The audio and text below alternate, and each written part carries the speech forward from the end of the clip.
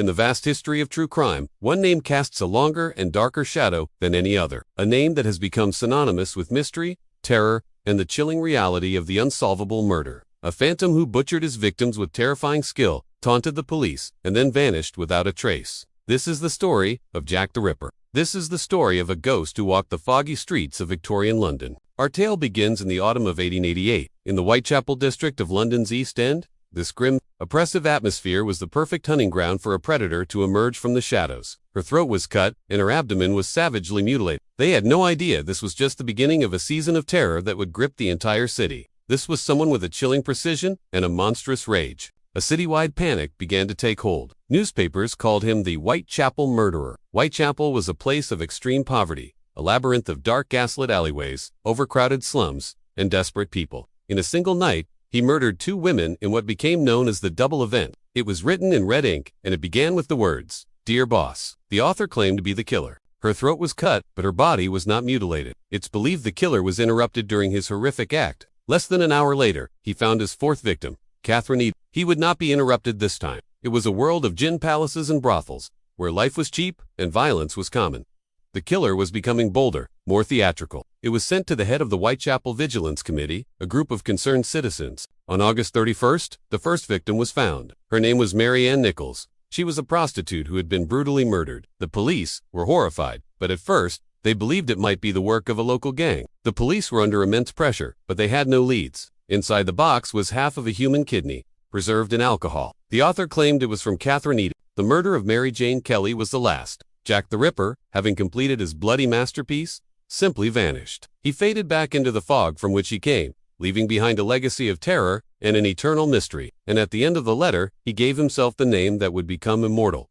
Yours truly, Jack the Ripper. He was a barrister and schoolteacher who came from a respectable family. The killer had hours to perform his horrific work. The crime scene was so brutal, it defied description. Just over a week later, on September 8th, the body of another woman, Annie Chapman, was discovered. He was known to have a deep hatred of women and severe mental illness. The pattern was terrifyingly similar, but the violence had escalated. Her body was even more horribly mutilated. He had some surgical knowledge and was known to be a violent The investigation was the largest in British history at the time. An inspector at the time of the Ripper case famously said after his capture, "You've got Jack the Ripper at last." The victim was Mary Jane Kelly, a young woman who was killed indoors, in her own small room.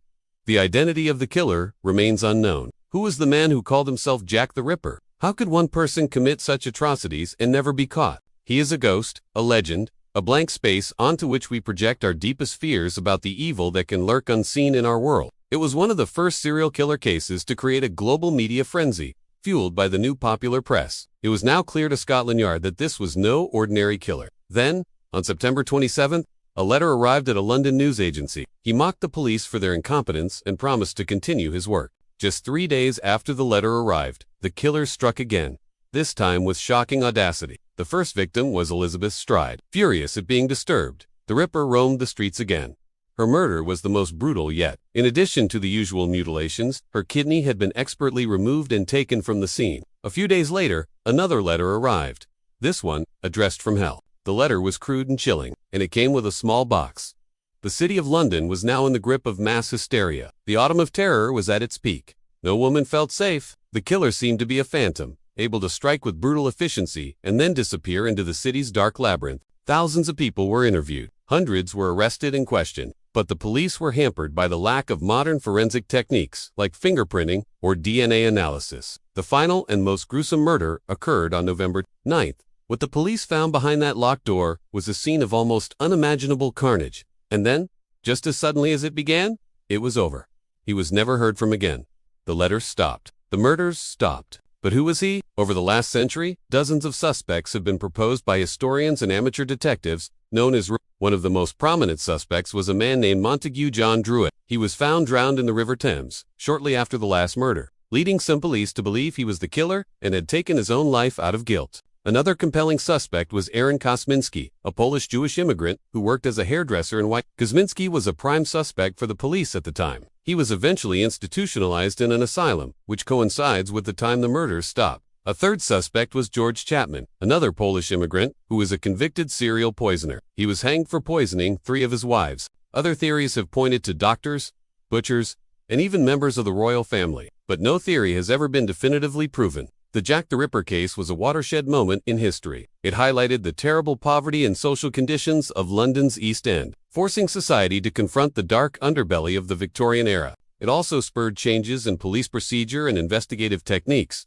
laying the groundwork for modern criminology. The killer's taunting letters created a new kind of celebrity criminal, one who interacts with the public and the police, a pattern that has been repeated by killers since. More than 130 years later, the question still haunts us. He is more than just a historical case file. The mystery is a perfect storm of elements: a terrifying and elusive killer, a fascinating historical setting, and a complete lack of a resolution. And that is why the story endures. It is the ultimate whodunit, a puzzle with a missing piece that can never be found. The fog has long since lifted from the streets of Whitechapel, but the shadow of Jack the Ripper remains.